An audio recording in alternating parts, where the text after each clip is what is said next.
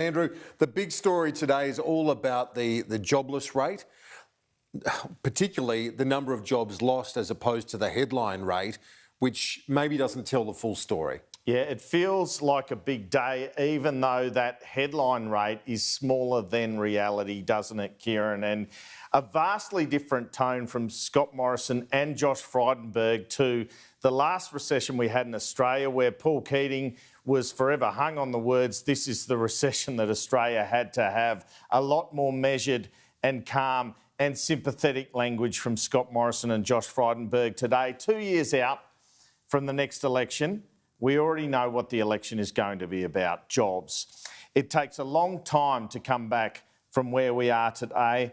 What was set out by the Prime Minister today as he addressed the fact that between March 15 and April 15, 594,000 jobs were lost, according to the Australian Bureau of Statistics Labour Force survey. That means even though the headline rate was 6.2%, it was actually more like 9% when you factor in the drop in participation rate. The 2022 election then will likely come down to whether the public believes the government is better at economic management and better positioned to get us out of this mess, or whether they want to punish the government and try an alternative. We know today we saw that increase from 5.2 to 6.2% officially, but the unemployment figure is produced via an ABS labour force survey. As I said, Scott Morrison himself said if you looked under the headline rate, it was a lot worse. Let's have a look at what we know about the situation we find ourselves in now. I'll just nut out these figures because it's pretty important to a lot of Australians. We now officially have 823,300 unemployed. Last recession 30 years ago, a lot made of 1 million unemployed. Obviously, we have a higher population. That's down 594,300 in terms of jobs in 1 month. The number who left the labour force last month, didn't seek work according to the survey, 489,800.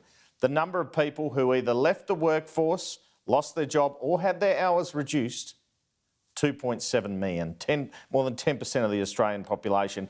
And here's a key figure, a more important figure perhaps on the proper unemployment rate than the 6.2%. The number of people on JobSeeker, 1.6 million people on the dole on JobSeeker.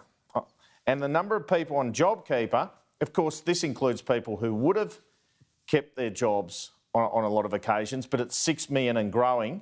It's hit the government's target already, and we're only 2 months into the 6 months. That means 7.6 million of the 13 million workforce, as Josh Frydenberg pointed out there in question time, are subsidised by government. Let's hear the PM talk about, let's hear some of that language I was talking about before. He was talking about his memories of that last recession 30 years ago and his explanation of how bad unemployment really is. No sugarcoating here. When I left university and soon after, we went into the last recession. I remember it. I remember friends, I remember family who lost jobs, who couldn't get jobs. It was hard. This is harder. But out of that recession, Australia came back. And that's what Australians can take hope in today, that despite right now, right here, Australians hurting today, they can look forward knowing, on the basis of our national character and our ingenuity and our resolution, that we will see those better days and we will come through this together as we have always promised that we would together. While the headline rate is at just over 6, when you have almost 600,000 people exit employment, that is a devastating set of numbers. And when you look at hours worked and all of those issues as well, what you do see is an even deeper impact. It does appear, Kieran, as if the government is in a race against time to lift restrictions, have the states lift restrictions, to have the economy in the best situation it can be with the virus still around in very small numbers, hopefully, when JobKeeper finishes up in September. And that is probably, if they can manage that, an attempt to keep the unemployment rate at about 8% rather than somewhere around 12%. even at 8%, it's still a very, very difficult political position. And as you said earlier, quite rightly, Andrew, 2 years out, and it seems we are zeroing in on the issue at the next election. He gets the tick mark for the management, the Prime Minister of this crisis, no doubt. He and the Premiers have done brilliantly. But the fallout in an economic sense is where things will remain.